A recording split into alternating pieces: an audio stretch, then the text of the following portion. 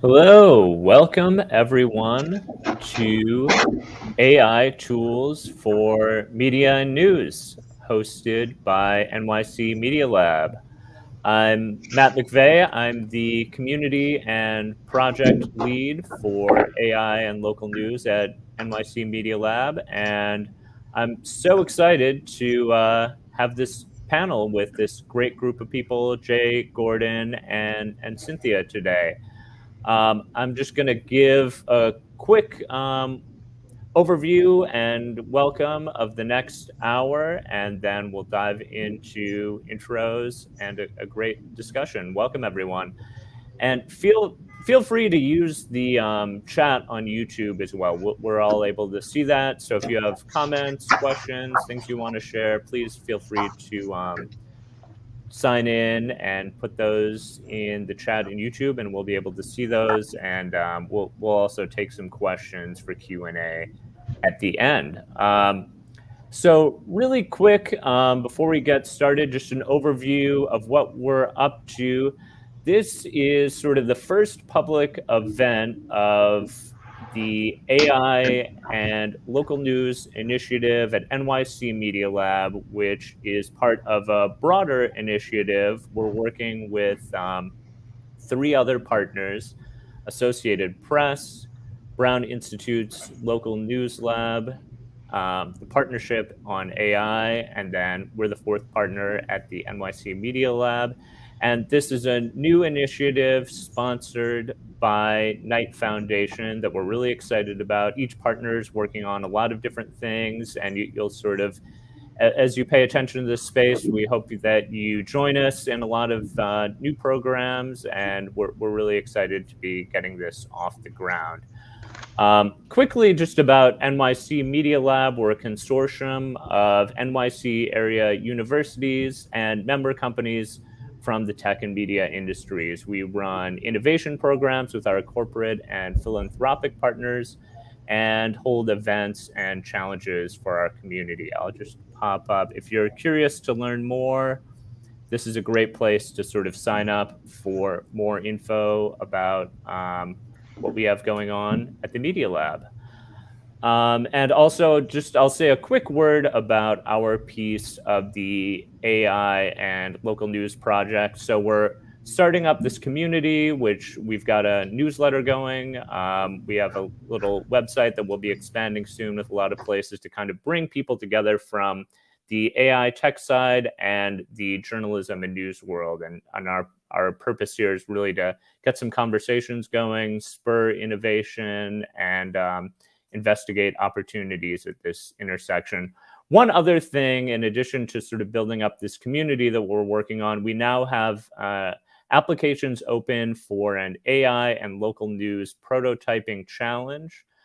This is open to university teams, news organization teams, startup teams. So if that's something you're interested in, you can learn more here about that challenge. And at the end of the hour, I'll actually quickly give a little more info about that as well, but wanted to mention it quickly up front. Okay, so with that out of the way, I want to welcome our wonderful panel here. We have Jay Allred, the co-founder of Lede AI and president of Richland Source. We have Cynthia DuBose, the managing editor for audience engagement at McClatchy. And we have Gordon Edall, vice president of Sophie.io. Welcome, everyone. So I want to ask one quick kind of context setting question. You know, I know AI is this really big, and this is before I'll give you all a chance to give a little bit of background on your projects and what you're working on. But just to sort of set the context for today really quickly, if one or two of you all want to take this.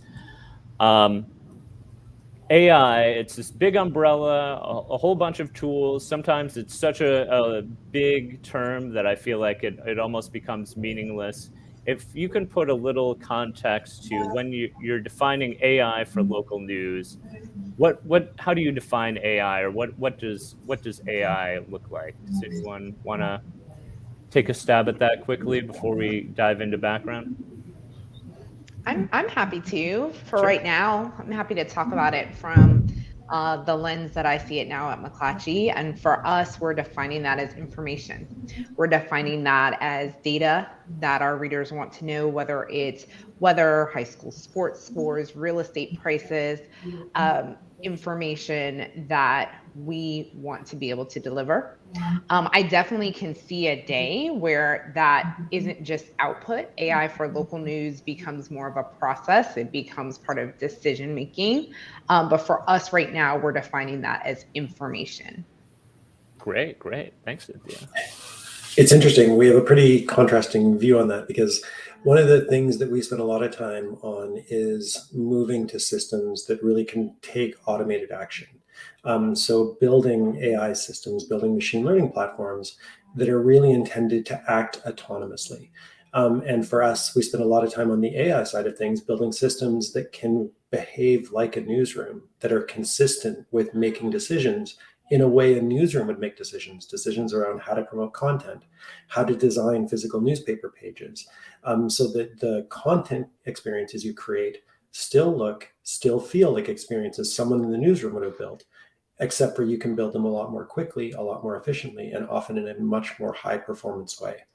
So it's interesting. There are many definitions that work, though, right? It's such a fast moving space, and it's such an expanding space at the same time, where there are new use cases and new definitions that don't exist yet that are going to be just as valid tomorrow. It's really fascinating. Great. And so with that sort of background, let's dive into hearing a little bit more about the different projects and your work in the AI and local news space. So I'll stick with you, Gordon, to get us started. Do you want to take just a couple of minutes to tell us about Sophie.io and your work there? Yeah, I can talk a little bit about it. So Sophie.io is a startup that was launched and is funded by the Globe and Mail. So we're Canada's national newspaper, and for sort of the last 10 years, we've been building up some really sophisticated data science capabilities, a really heavy focus in particular on natural language processing, but in a way that's a little different than a lot of other people are approaching some of the problem spaces. We build NLP for prediction and for optimization. And so we've really been obsessed about kind of how to use natural language processing to unlock value through prediction or to unlock value through optimization. And the net result of it is kind of like on the back of the performance of our paywall, on the back of kind of our ability to migrate that transition to a reader pay revenue-based foundation for the business. Our ownership group kind of recognized just kind of how different the operating characteristics of the Globe and Mail were compared to our global peers. And a lot of that success was attributed to a lot of the data science capabilities we built up. And so the decision was made that these are technologies that we'd sort of tipped our hand to, that some publishers had sort of been allowed to look behind the curtain. And enough of them had asked if they could buy it, that the decision was made to spin up Sophie a couple of years ago as a fully funded, independently funded startup, still within the Globe and Mail, still owned and operated, but separate budget, separate staff, and we've been pretty aggressively now selling those products and services, paywalls, curation software, some of the page design stuff I'll talk about a bit more, to publishers around the world now. So there's almost, I think we're closing in on 100 titles around the world using Sophie technologies, and it's a pretty exciting time because as people learn sort of the art of the possible, it leads to a lot of really interesting conversations. Wonderful. Thank you, Gordon. And next, Cynthia, why don't you tell us about your work with AI at McClatchy? Sure. So we've launched about 3 different experiments with AI technology. The first is working with Jay, who is on this call, and Lede AI for our high school sports scores. The second is working with United Robots, where we are bringing in and publishing real estate data. So that's single sale data, as well as weekly roundups. So, what was the most expensive home sold? What's the average median price sold? And then we're also working with Hi George on more AI data visualization, which is more having newsrooms that typically might not have like a data visualization reporter or a data reporter, and using that tool to grab data visualizations, information, everything from when we were reporting on COVID vaccination rates, hospitalization rates, but also some real estate, gas prices, again, information, but to be able to present that information in a data visualization format. Great, great. Thank you. And finally, Jay, why don't you tell us about your work at Lede AI? Sure. Lede AI was really born as this practical experiment inside of the local newsroom that we run at Richland Source, covering 3 counties in central Ohio. And it's an incredible cliche, but we're located in a co-working space, and in that co-working space is an nascent AI development company. And we were having coffee one day, and we're thinking about, well, what kind of a project that could we work on together? And we settled in on high school sports, because these things there are micro audiences around every single high school sports contest that care about the result of that contest. And there is no way that a local newsroom can report on all those contests. And so we kind of started with this operative question of, what if we could cover every game in Ohio and we could do it while we were sleeping? What would that look like? And then we just kind of tackled that bit by bit and learned along the way through a number of mistakes and a number of choices that we would have had to do. If we could do them over, we would have, and we did, and just changed and adapted as we moved along. And I think we started the project in the middle of 2018. We launched it in August of 2018. So we did our first publish 90 days after we started the project, and then have tested and refined it, and are at the point now where we're working with great folks like Cynthia and others to further test it in the market and see how it's viable. But for us, it's all about information and elevating the work of a local newsroom. Just acknowledging that there's things they can't cover, and then sort of sitting in there and going, okay, well, where can we be a gap filler for them? Where there's an audience and a need, but there isn't and so the choice is between be unrealistic about your capabilities as a human to meet that need of that audience and still be a functioning human being that has a weekend and a life and the whole thing, or the second choice is just don't do it. And we're trying to be a third door where you can still do great journalism, but we're picking up some of the slack that would be there otherwise. Great. Well, it's great to hear about all of the exciting work that you're doing from these 3 different angles, and I want to follow up with all of you on that idea of what sort of gap is being addressed with this that you just mentioned, Jay. And I know, Gordon, you're talking about, this kind of came from having demand come to you. Cynthia, your work's kind of coming from seeing different opportunities that are out there. So the question I want to ask you all to get us started is, what sort of needs are you seeing right now at news organizations that can be met by AI tools? What are some of the most sort of obvious and urgent needs to kind of be met by AI tools that exist now? I'll go. I think it just kind of goes back to what I was saying before, is there are tremendous gaps right now in terms of information that audiences want and find valuable that is not journalism. And I think that this distinction is really important because AI really can't do journalism right now. And the future, when it actually can, is borderline science fiction at this point.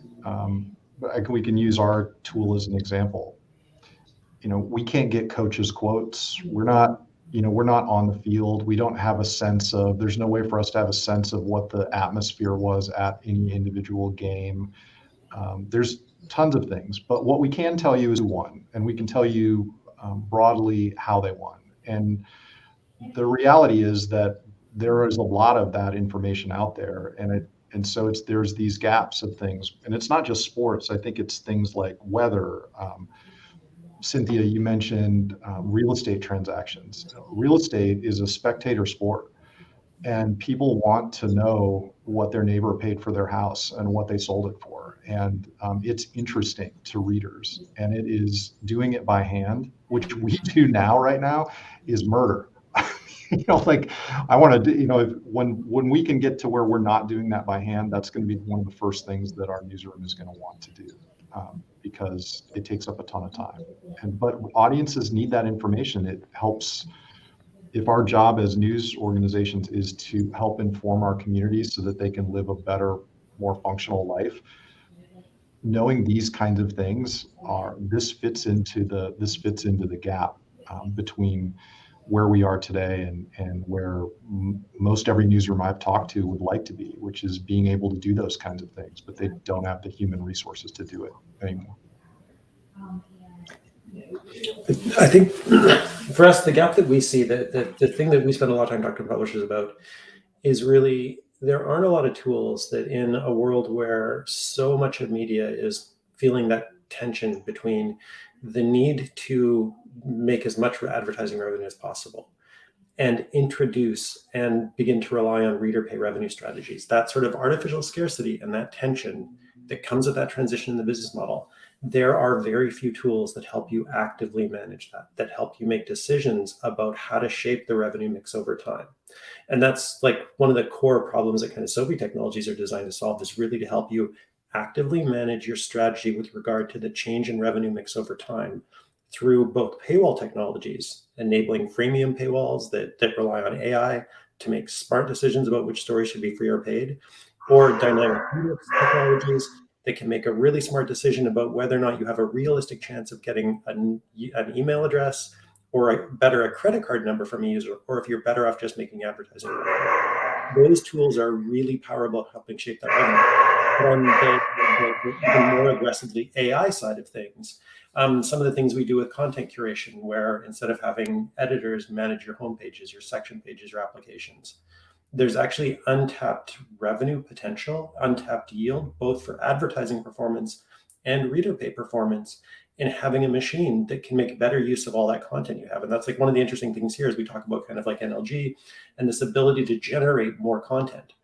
If you have more content, then you have pixels to use to show people things. How do you make use of those pixels well? We solve a lot of problems in that vein. And that speaks to the other problem, which is really like efficiency. So all newsrooms right now, savage cost cutting, so much pressure, so many fewer journalists than there used to be.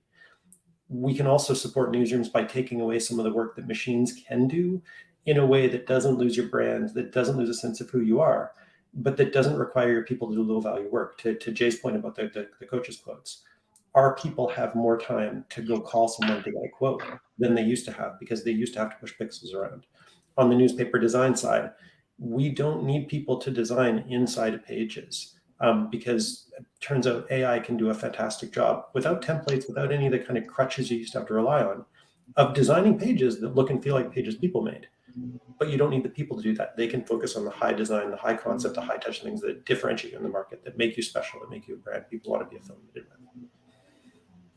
Great. And from the newsroom side, Cynthia, I mean, what are you seeing? What are some of the opportunities that are really exciting you, that's made you want to kind of dive in and do these experiments? Yeah, so I mean, so at McClatchy, we're continuing to produce amazing journalism, and this need to experiment for AI or with AI came out of our challenge to make our sites more community portals. So when you think about your site being a community portal, it includes some of that information. It includes the weather alerts, the community calendar, everything that makes for a fuller experience. And so our going down this path and starting down this path really came from conversations of what else will we need to make this a community portal? And, you know, back to what Jay was saying, our journalists are producing journalism journalism. That is not what we're expecting the AI to do. We're expecting AI to provide the information. Great. That makes a lot of sense. And as far as kind of getting these experiments started, what's sort of the technical foundation? And I know it may vary depending on the tool, but what's sort of the technical foundation that a newsroom needs in order to really take advantage of some of these different AI tools that are out there? Do you need to sort of have your data in a certain format and have certain things ready to go before you can really get some of this started? Or are there things that kind of any newsroom can just dive right into? What's your experience and thoughts on that? Go ahead, Cynthia. Well, I was going to speak to the smaller newsrooms and say to not be nervous. I would really say knowing where the data is, I think, is key for some of these experiments, right? And so having someone, whether it's an editor or a reporter who knows, okay, yes, this is, you know what, in this county, you're not going to be able to get that level of real estate data, or in this high school, they never, report the sports scores. So I think you do need somebody to at least understand where it is, as well as understand what it is that you want. And we've spent a lot of time, Jay can tell you, going back and forth with, okay, this was the first output. This isn't necessarily what we would want to publish. Here's some feedback, and being able to go back and forth. But we're not necessarily, I'm not the most tech savvy person, but I'm able to work to say this is the data that we wanted. I do think you need to be able from our end to bring in RSS feeds. Each vendor has a different way that they're going to deliver the information, but I don't want to discourage smaller newsrooms. If you don't have a tech person or you don't have a tech team, I don't want them to think that this is not something they're not able to do. Because if you know where the data is and you have the right vendor and you find the right partner, you'll be able to figure out the means of producing and bringing that data in. I gave 3 examples of experiments. All 3 have different ways that the data is pulled in and then published onto our site. Down the line, that might, ideally we would have one way, but for right now, for the experiments, I think it's important that we understand this is doable for a small newsroom. This is doable. This is what's doable for some of our larger newsrooms. But it all starts with knowing where the data is and what data you would like to pull. I want to riff on what you were saying, Cynthia, because I think, and I would even back up a little bit further, because I know we're going to talk a little bit about the cultural conversations that we have to have inside of companies. But I would recommend 2 things, especially if you're a small newsroom. Get really experimental with Google Alerts. Just start messing around with how can I find information about a particular search term, and really get, use Google Alerts to get a sense of what's it like to have an assistant out there scraping the internet for me every single day to find this, information about this particular subject. And I will, just speaking from my own personal experience, using a tool like Zapier, which is an automation without code kind of a tool that can plug into virtually any SaaS system, your CRM, if you're on WordPress, if you use both Microsoft or Office, just sort of watching the magic of having an action. You receive an email from Jay Allred, and then 12 different things happen as a result of receiving that email. And to be able to calculate the fact that you just saved yourself 10 minutes doing that, and you get 10 minutes back for higher level thinking because all this stuff had to happen. Those are 2 tools that really, they don't have anything to do with really implementing AI in your newsroom, but they help people get comfortable with the idea that this is accessible. This is something I can do. This is something I can teach someone else how to do. And for us, that was actually kind of a first step for us early on, was just starting to play around with and learning, well, what would the capabilities be? Because it started to kind of cracked open our minds and brought down some baked in resistance to to automation and what it could do. It helped us understand that thoughtful use of AI actually elevates journalism and makes it better. And the word is thoughtful, and intentional and use of technology. If I think about some of the things that really I've been seeing, that I've been learning through being able to actually be in a position to talk to a lot of publishers, has actually been kind of a fantastic journey.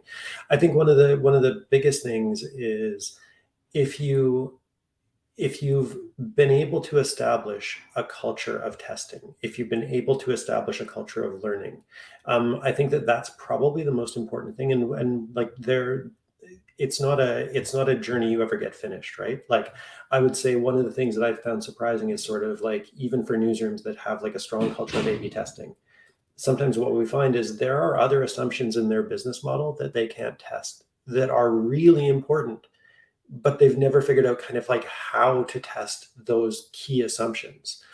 And a big part of it is actually sort of like just being honest, because sometimes it's that there's an unwillingness to table the hypothesis that underlies the assumption. There isn't a strong culture of saying what it is that you're trying to do, and then putting a measurement framework in place initially, putting a testing framework in place, more importantly, that allows you to test whether or not the hypothesis is actually true by introducing a challenger. So we for a long time, we've had a really strong kind of culture of champion challenger, where it doesn't really matter what it is that we're trying to do. We try to do things that can be tested, that are backed by a hypothesis. And if anyone has like kind of an idea that challenges that hypothesis, we try to put in place systems that allow us to test. That like culture of continuous improvement, though, of iteration, of being honest, and like most importantly about that hypothesis generation, of being a culture where you have to say what you're trying to do before you do it, is really important, because that's part of unlocking like the will and intent. And as you introduce these sorts of like, especially on that kind of like content generation side, if you can table the hypothesis around what it is that's designed to do in terms of your audience, in terms of your growth, in terms of your ad inventory or engagement, like see if it's doing that. If it's not doing that, don't just kind of cherry pick from whatever is working. Figure out why, figure out if you don't have to reload the hypothesis. It's okay for things to be successful in different ways, but it's really important for you to be honest with yourself about whether or not you're good at getting better at doing the things you say you're trying to do. It's really humbling. Like it's brutal, right? Like I will tell you, at least 70 to 80% of the things I've tried have failed. Like that's just how it works. But the 20% matters.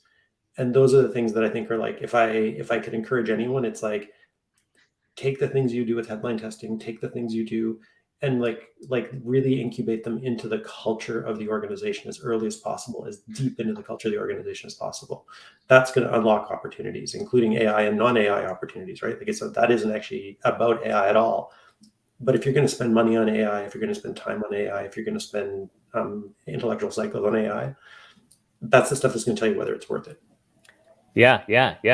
That's great. And I think, I want to pick up on the culture thing that all three of you mentioned. And I do, I think you're right, Gordon. It's like, there's sort of a culture around adopting AI, but it's even part of a bigger, we lost Cynthia. Hopefully she'll be back in a moment.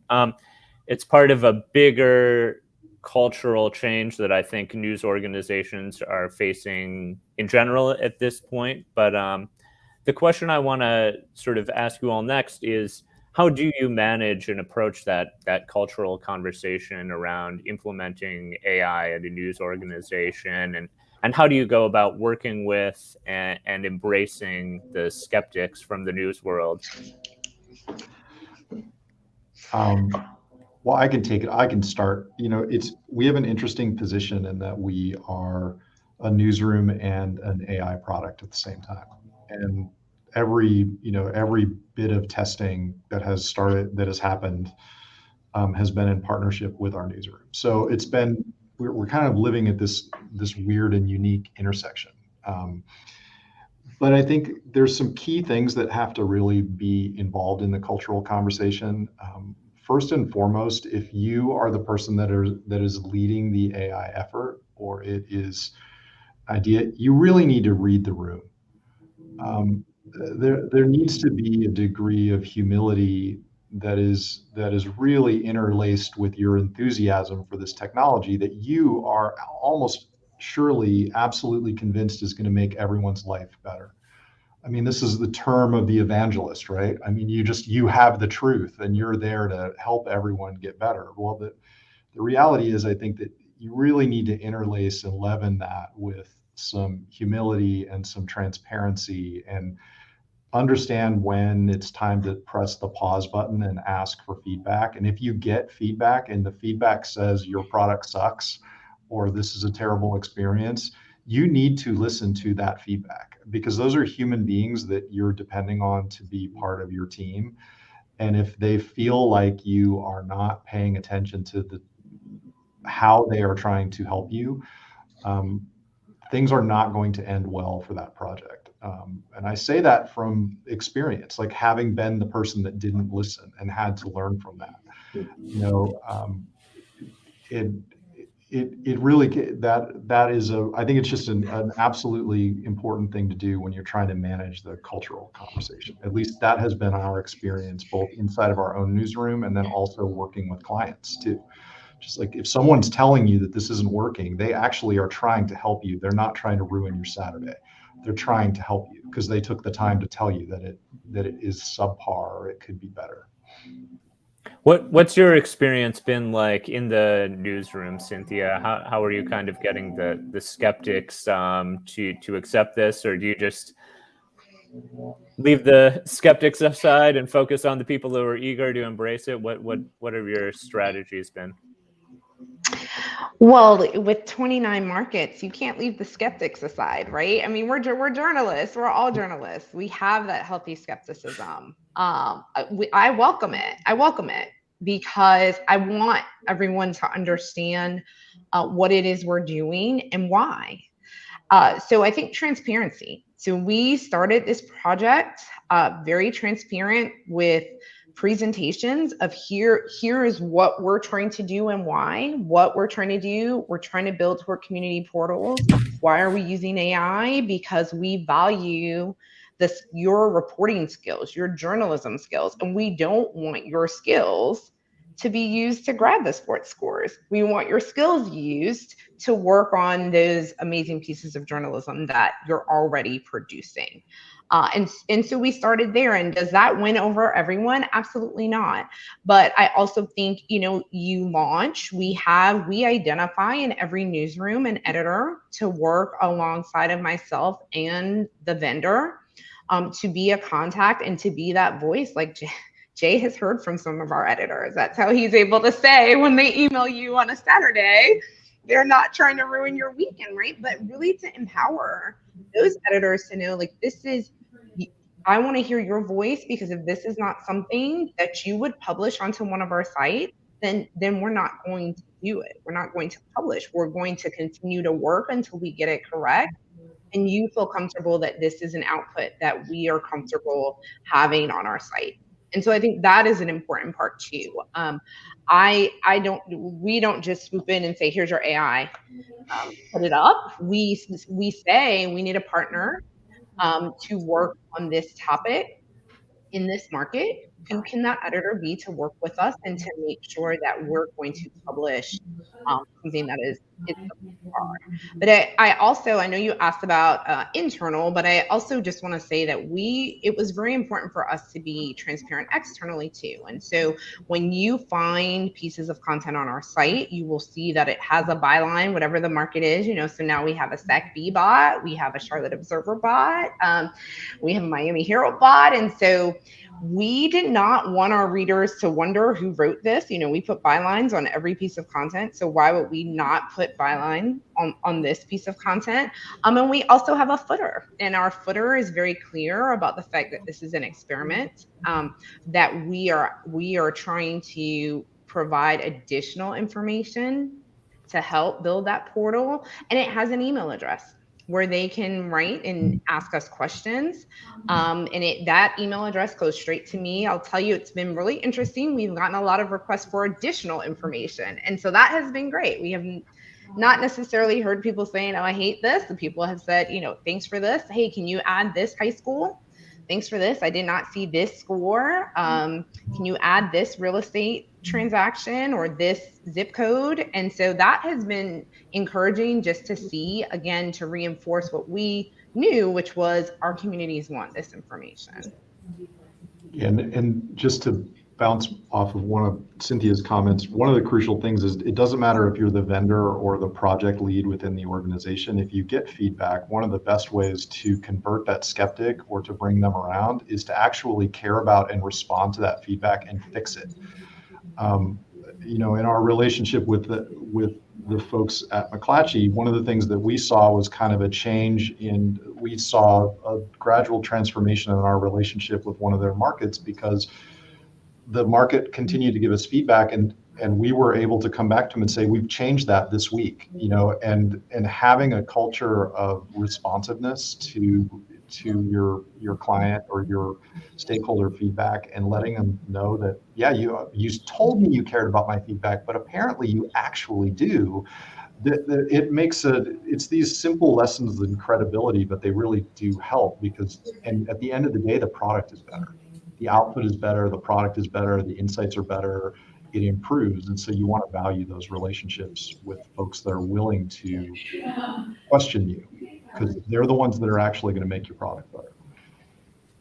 Yeah. That's great. So I want to ask kind of one slightly broader kind of step back question, and then we'll go into Q&A mode. And thanks everyone for putting some questions in the comments here. Please feel free to add more if you have anything else on your mind. So I want to ask, news organizations are obviously facing a lot of changing business models. They're adapting to kind of just this continually evolving digital landscape. There's no one solution to these challenges. It's a big evolution for journalists, for the industry in general. Where does AI fit into that picture? Does anyone want to take a stab at that? We have a pretty strong view of kind of what we can do to help, right?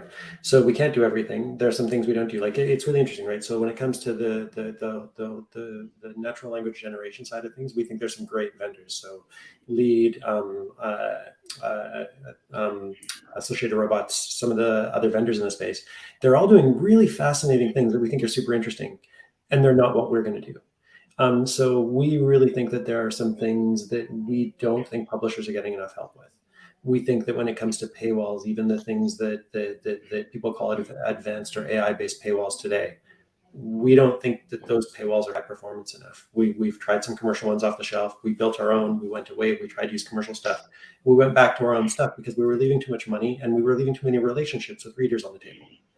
So we went back to running our own stuff, because what we think is the type of approaches that our technologies use, we have a pretty strong commitment to being on the cutting edge of research, to being on that edge that's moving so fast that if you're there, you're able to capitalize on more of the opportunities you have in market. And we really obsess about this idea, right? This idea that when someone takes out a phone, someone looks at their computer, that's an opportunity. And if it's a news opportunity, if it's yours, you have a chance to win a more valuable relationship in that moment, but you have to be ready. And if you don't have the AI tools, if you're relying on people sitting around a news desk having a conversation about whether a story should be free or premium, you might miss that chance to have the right business model in place at that time for that opportunity with the user.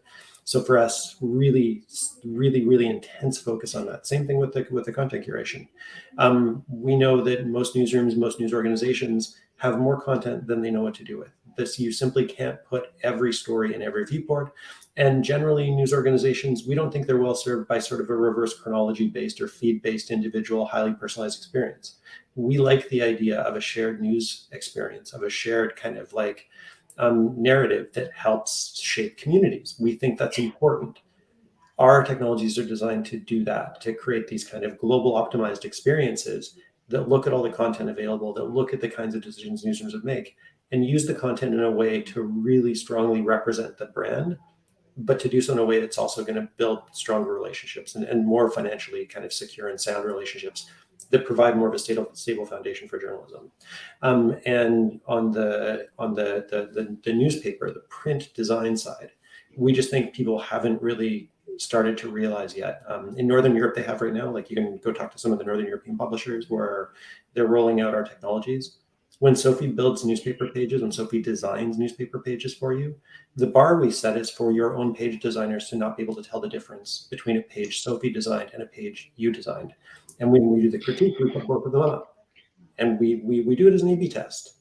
And what we're looking for in terms of acceptability for that AI, for that newsroom support, is when people argue just as much about the decisions that were made for the human-produced pages as the AI-produced pages. Now we're in a place where we want to be. And that for us is kind of like the general way we think about these things. Our job is to support newsrooms to be sort of the best versions of themselves, to be a highly efficient, high performance version of themselves, where at the end of the day, what they actually focus on is finding and telling great stories. That's sort of our vision. All of the things around that when it comes to distribution of content and the creation of experiences and the monetization of experiences, we wrap that journalism in really strong AI and machine learning based business practices and optimizations that make sure that the value of that effort in producing the journalism is unlocked to as high a degree as possible. So that's how we see ourselves fitting in, right? It's a different place than other vendors. There are some really cool people doing some really cool stuff that we think is equally interesting, but we sort of think that's our space. Great. Thanks, Drew. Do you want to say anything about how you sort of see AI fitting into the broader picture of kind of newsroom sustainability, Cynthia? I think for right now, it goes back to how I answered your original question, which is for us, it's information, right? I don't foresee a day where AI could create the type of in-depth article that Sacramento Bee published a few days ago about a California church preaching white-only gospel, right? Like, I don't see a day where AI is going to do that or change that strategy. And so I really view it as being additive. Now, can it get us to a place where it is adding more than what we've talked about now as far as data? Possibly. And Gordon might know about more vendors than I do that are doing that.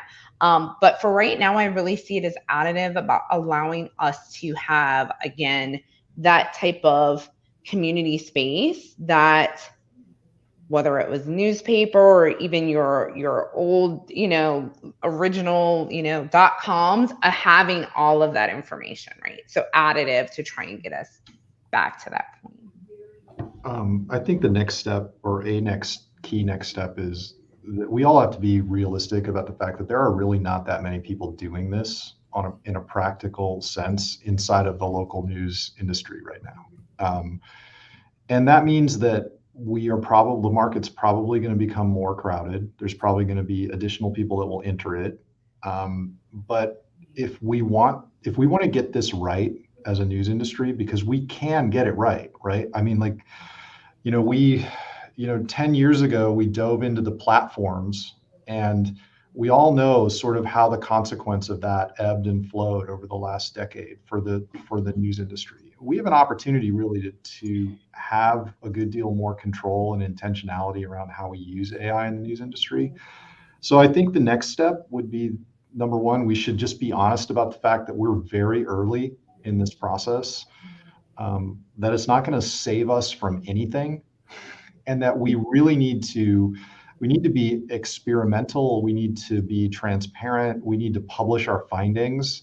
If we are experimenting with how AI is working in our newsroom to do a thing, if we're really trying to make the news, if we're trying to make real the things that we say on webinars, we need to publish our findings. We need to be transparent about that. We need to publish our failings and talk about the stuff that isn't working before we get into the law of unintended consequences. And I think we owe it to ourselves right now to just acknowledge that we are very early on the curve, and it will likely hockey stick, because this is the kind of thing that technologies do, is it will likely multiply exponentially over time. So this is a chance for us to more clearly define the rules of engagement for our industry and to be more clear with our readers about how we're using it, just as Cynthia does at McClatchy. I think those are really key next steps before we dive into, okay, let's make everything with AI. It's going to be amazing. I just, number one, that's not practical. I've been doing this for 3 years. That is not practical. And number two, it's not wise either. And by now we should be wise. We should have more wisdom. I mean, we've only, we should have more wisdom. So we should approach it that way, in my opinion. Great. Thank you all for those really thoughtful comments. So I want to dive into Q&A. We've gotten a lot of great questions in the Q&A, which is amazing, and it also makes me, feel slightly sad that we may not be able to get to all of them, but we'll see what we can do and see if there's maybe a way to follow up with some afterwards as well, because this comment section should continue to be live. One that I want to start with is from Amelia. I think I can actually post this up, which could be kind of fun. And I just want to bring this up because I know this is something on the back of a lot of people's minds, kind of the question of, there's obviously a lot of optimism and a lot of thought about the opportunities here, but what about the downside, and what about the possibility that there may be some people out there that would want to fully automate a newsroom and forget about the journalists? To me, the fully automate the newsroom then to me becomes not a newsroom, but more of an information portal, I would say, right? Like you're not building a newsroom, then you're building more of a Wikipedia, right? You're building more of a, here's the information, here's what we have. I go back to Amelia. So right now for us, we're hiring. We have almost 100 jobs posted on our McClatchy career site. And that is not, oh, we're using AI tools, so we're bringing more, right? That is the idea that we understand that we still need the journalism, but we're also running these experiments that are going to help us bring the information. And so I think for me, could there be a newsroom that would try and justify that? But then to me, you're not a newsroom if you're fully AI. You're more of an information provider. And so for us, this is an experiment we are running in parallel with building up our ability to provide journalism. And when you talk about having community portals, you can't have one without the other, right? Like if we're just giving that information without that journalism, without that in-depth, without those skills that our reporters can do, then there's not a fullness there, which is what we're going for. Any other quick thoughts on that? Yeah. You've been doing this longer than either of Cynthia or I. Can you talk a little bit about how that showed up at the Globe and Mail and what that looked like in your experience? Yeah, and I'm going to rewind to kind of pre-Sophie at the Globe and Mail, right? So we were really lucky. We have a fantastic ownership group, and we were always lucky to be able to have essentially all of the tools. So if you name an analytical product, Google, Omniture, Chartbeat, Parsley, Visual Revenue, Moat, we literally had every tool that you could possibly use to measure the performance of content. And the funny thing is if you were to wander around our newsroom and you were to look at the leaderboards, all of the leaderboards told you the same thing. They told you who had the most page views. So the interesting thing is kind of like, as we introduced a paywall back in 2012, this was the beginning of kind of the data science revolution. This is when we hired the first sort of like real PhD level researchers who could come in and start to tell us about the value of content, and who could start to tell us about the performance characteristics of the paywall. The kind of deep origin of Sophie involved, among other things, the creation of a set of dashboards that were really intended to tell the newsroom what you should do more of, what you should do less of.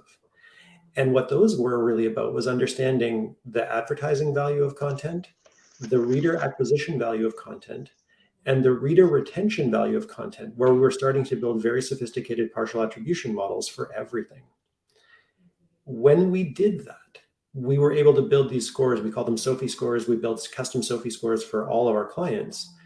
Those custom Sophie scores are a compound measure of value. So a story can be really valuable any way it can. You don't have to do all the things well. You could just do one thing well. You can be a viral superstar rocket of a story and do really well against the advertising domain because you just have so much traffic. Even if it's very low eCPMs, that's as much of a success as a very, very, very kind of like very serious investigative story that actually drove subscriptions because people need to buy it because it was important. So the funny thing that happened is as we started to build the leaderboards that showed you what the most valuable content was, what our newsroom saw was their best journalism rise. So this was consistent across the board, which is to say, why would people take out their credit card and pay you money? And this is just as true for local media as the Globe is a national paper, but it's Canada, so some of your cities, are almost as big as our country. One of the things that happened was as the journalists started to see just how much reader pay revenue particularly was in their most cherished journalism, suddenly the analytics began to make more sense to them and they began to trust it more. And that's like, there's a whole cultural piece to that, right? Which is that we were able to explain to them what made the Globe and Mail sustainable as a business with subscribers was that as journalists, you're great. You're really good at doing what you're doing. And our best journalists are our best journalists in part because they're the most valuable to our readers. They're what keep people coming back. They're what keep people coming in. And sometimes those people aren't the same people. The people that bring people in aren't the people that keep them there. And sometimes we have people who are amazing social media manipulators who can just like set off kind of a viral firestorm around a piece of content that no one else can touch. They're all valuable in their own way. But that was really the breaking point for us, was being able to be in a position to measure, to understand the value of content really was kind of that turning point that unlocked a lot of the potential to do a lot of the things we eventually did. But it wouldn't have happened if customers didn't care about the journalism. That's what it was, right? There was a real relationship there. We just started figuring out how to build tools to like better understand that relationship. Great. And I want to bring up this question from Jason and sort of expand on it a little bit. When we're talking about AI, we're talking about sort of, automated editorial decisions, automated sort of finding and sharing of information at some point. Can you talk a little bit about sort of how that process works and what are the kind of guardrails and things like that prevent maybe like, some private information or the wrong information or wrong sports score or whatever it is being published by one of these systems? I mean, I can speak briefly to it. In our case, we're hitting a structured database from our data provider, which is ScoreStream, great company out on the West Coast. And they're unique in the sense that all of the data is crowdsourced and then run through a series of algorithms that help score it essentially for accuracy and trustworthiness. And then we apply a benchmark in terms of whether or not it exceeds that benchmark before we'll ever publish it. Like, we won't even write anything if it doesn't hit a particular gate for us. But because of the way that we're structured, there really isn't a possibility that we're going to pull private information because all of the information is structured and submitted by users. Now, does every user know that? It's hard for us to know. Like, perception is reality, right? So if you perceive that your comment was only meant for you, but you did it I mean, we've all had that friend, right? That comments on Facebook and then, wait a minute, why does everyone know about the thing that I wrote on? Well, because you wrote it on Facebook. And we can't control for that, but in our case, the way that we're structured and the way the product is structured it's pretty highly protected from getting something that is not intended to be gotten. I'll just speak. You asked about guardrails, Matt. And so when we first started looking at real estate transactions, depending on where we are, the buyer's name might be there, right? And so when you talk about just a machine going to pull, they're pulling the data. And we very quickly said, we don't know. We're not trying to, publicize who just bought a $2 million house in Tahoe, right? Like we just wanted to say a buyer. And so that's part of where the back and forth I talked about in the beginning, the learning. And so as soon as we kind of said, no, strip all names, and we've even actually stripped addresses, right? Like we don't ever want to be the reason that somebody has somebody at their door looking at this $2 million house. And so we work together with the vendor to figure out how do we write this in a way that still provides the information. Now, again, that's not necessarily, it's public information, right? I buy a house, you buy a house. In certain states, that's public, but that's not what we were going for with this type of partnership and this type of AI publishing, right? We're going for giving the information to somebody who is thinking, can I afford a house in this neighborhood, or what was the highest house? And so part of that was the machine learning, but it's also us setting the guardrails of what do we want to publish and what do we want to have be out there. And then working together to have the machine learn that and always, again, checking to make sure that it doesn't revert back to what we didn't want to happen.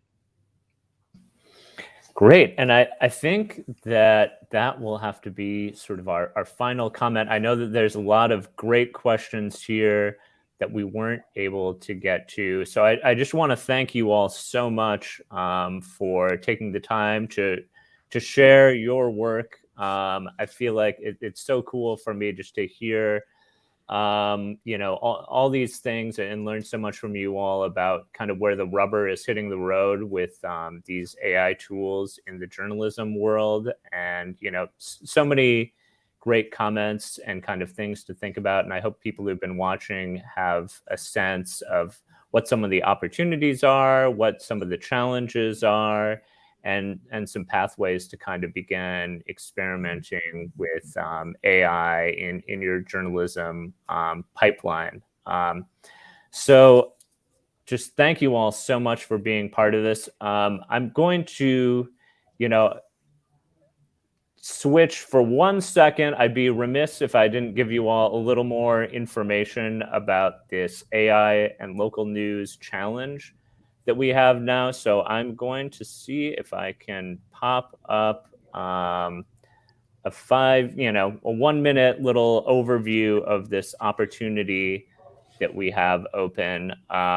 Let's see if I can do this. Okay, there we go. All right, cool. So the AI and local news challenge. Let's see, I'm on that. All right, AI and local news challenge. Opportunity sponsored and supported by Knight Foundation at the Media Lab. The application's available at this bit.ly address. Basically, what we're up to, we're looking for projects and people developing prototypes to kind of explore what we've just been talking about over the last hour, exploring tools and solutions for AI and local news. We want to support innovators working in this space and kind of bridge AI and local news. It's a program running in 2022. We'll have presentations from industry innovators like those you've heard from today. We'll have team check-ins, great group of mentors, and we'll wrap up with a demo day.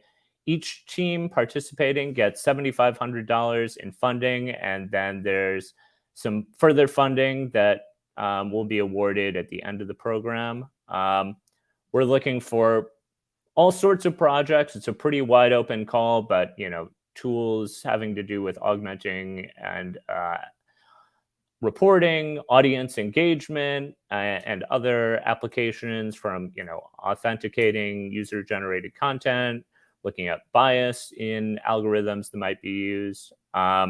We do have an info session coming up next Monday, November 22nd, 1 p.m. Eastern. You can register at that address. I also want to mention one other thing that's just a really cool journalism AI event coming up at the end of the month, run by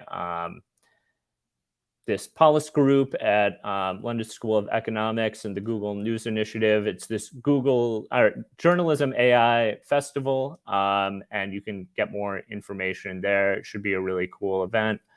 If you have any questions about the challenge, this is my info, and you can get in touch here. And yeah, thank you all so much for being part of this and being here today. Thanks once more to Cynthia, Jay, and Gordon for sharing your work generously. And thanks to everyone for attending and kind of being part of this conversation and joining in this community.